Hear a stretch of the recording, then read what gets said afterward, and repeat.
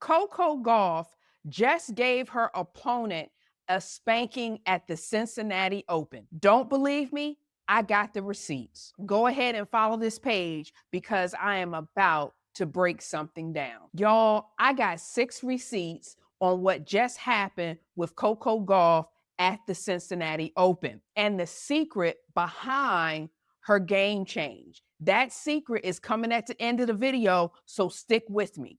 Coco just handed Marta Kostyuk a 70-minute masterclass, 6-2, 6-2, and she did it on the exact court where she already has a trophy with her name engraved on it. Coco just reminded the entire WTA why she's a defending champion who knows exactly how to close a tournament out. And by the end of this video, I'm going to tell you exactly who is standing in her way, so stick with me. Receipt 1, this is how it all started. Let's set the scene. Friday night, P&G Stadium, Cincinnati, Ohio.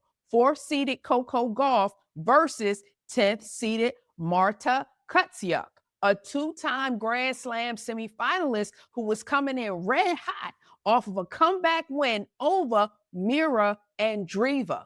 But let me tell y'all something. Before the match even started, they had a little black girl throwing up the coin. And I was like, okay, this is a sign, because when have I ever seen a chocolate drop tossing a coin on the WTA tour? I'm sure they probably have had some. I have personally never seen it, so it was a good sign for me. And it brought a smile to my face. Now back to what happened. Receipt number 2, the match itself. On paper, this had battle written all over it. Their head-to-head sits at 3-2 in Coco's favor, but 3 of their last 5 meetings went to 3 sets. This was supposed to be a grind, but guess what? It was not a grind. Coco Gauff came out and just controlled the entire match. Final score 6-2, 6-2 in 1 hour and 10 minutes. She won 12 of the 16 games played and outpointed Kostyuk 61-41.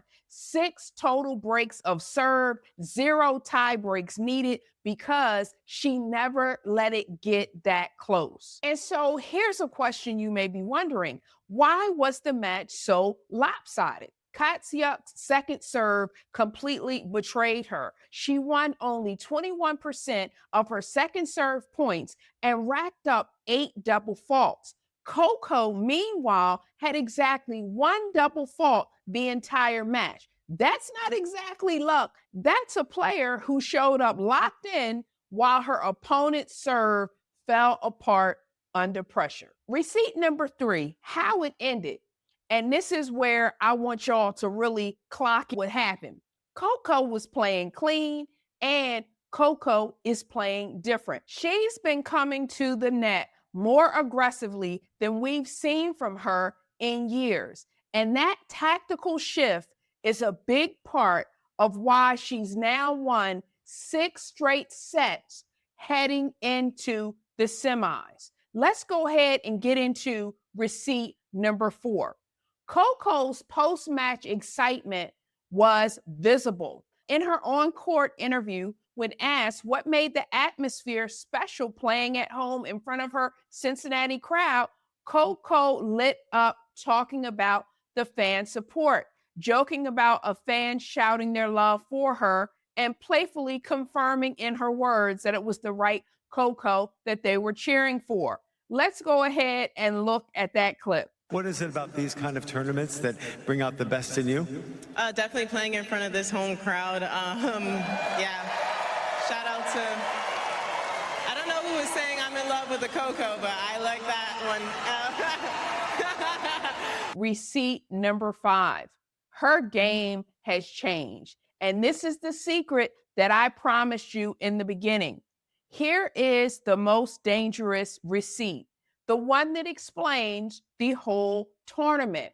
It came in her press conference when reporters asked her about aggressive net play. Coco explained that she didn't fully realize how good she'd become at it until Wimbledon this year. She said people had been telling her for a while to come forward more. She even name dropped tennis legend Chris Evert, who apparently had been texting her directly, pushing her to attack the net. Coco admitted she kept telling Everett, yeah, I'm going to, and then just not doing it until Wimbledon, when she finally committed to it and started winning a ton of points that way. That's a hookup for real. What a life. But anyway, this is a deliberate adjustment nudged on by one of the legends of the sport that's now paying off in real time on the biggest hard court stage before the US Open. Receipt number 6. Let's talk about the receipts from the history books, because this detail changes how you should be watching this run. Coco Gauff isn't just playing well in Cincinnati. She's defending a title. Back in 2023, she went through this exact draw and beat world number 1 Iga Swiatek in the semifinal for the first time in 8 career meetings. Then took down Karolina Muchova in the final. That made her, at 19 years old, the youngest woman ever to win the Cincinnati title. And it made her the first teenager since Caroline Wozniacki to collect 5 career titles before turning 20. So when you watch her cruise through this draw right now, you're watching a champion who knows exactly what winning this tournament requires. She's now taken 12 of her last 14 matches. Talk about Black Girl Magic, y'all. Talk about Black Girl Magic. Coco's semifinal opponent is Czech player Sarah Belik.